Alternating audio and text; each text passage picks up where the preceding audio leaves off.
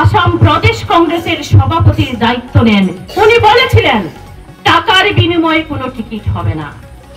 যার পিছনে দুর্নীতির চাপ আছে, যার পিছনে কেলেঙ্কারি আছে, যার পেছনে অবৈধ ব্যবসা আছে, যে বিজেপির সঙ্গে অন্ধকার করে ভোট বন্ধন যার আছে, তার টিকিট হবে না।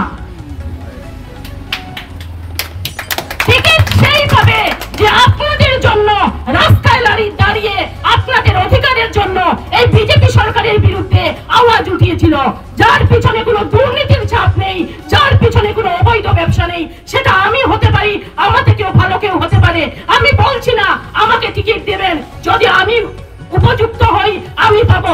যদি আমার থেকেও ভালো কেউ থাকেন, যার পিছনে কোনো দুর্নীতির ছাপ নেই, যার পিছনে কোনো অবৈধ ব্যবসা নেই, যিনি আপনাদের জন্য বিগত 5-10 বছর এই রাস্তায় না দাঁড়িয়ে যুদ্ধ করেছিলেন আপনাদের অধিকার লড়াইয়ের জন্য, যদি উনি টিকিট পান, আমি প্রাণে জানে খাটবো ওনার জন্য।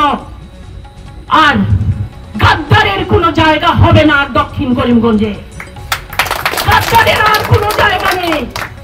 গাদ্দারদের কাজ কি জানেন? আপনার চোখের সামনে এসে চোখে সর্ষের তেল দিয়ে কেটে ভোট বাক্সে ভোটগুলো ঢুকানো। আপনারা যারা আজকে কংগ্রেসের সৈনিক, আপনারাই হচ্ছেন কংগ্রেসের ভিত। আপনাদের জন্যই আজ কংগ্রেস ক্ষমতায় যাবে, আপনাদের জন্যই বিগত দিনে কংগ্রেস ক্ষমতায় গেছে। আপনারা যারা ভোট কেন্দ্রে ভোট বাক্স সামলান নিজের প্রাণ বাজি রেখে, আপনাদের জন্যই আজকে কংগ্রেস ক্ষমতায় আসবে। এবং আমরা আশা করি এই যে বিজেপির অরাজকতা চলছে, এই যে অন্যায় অত্যাচার চলছে মানুষের উপর, তার জন্য আগামীতে এই বিজেপি সরকারকে আসামের মানুষ উচ্ছেদ করে আজকে কংগ্রেস সরকারের প্রতিষ্ঠা করবে আগামী দিনে, আমরা এটাই আশা করি।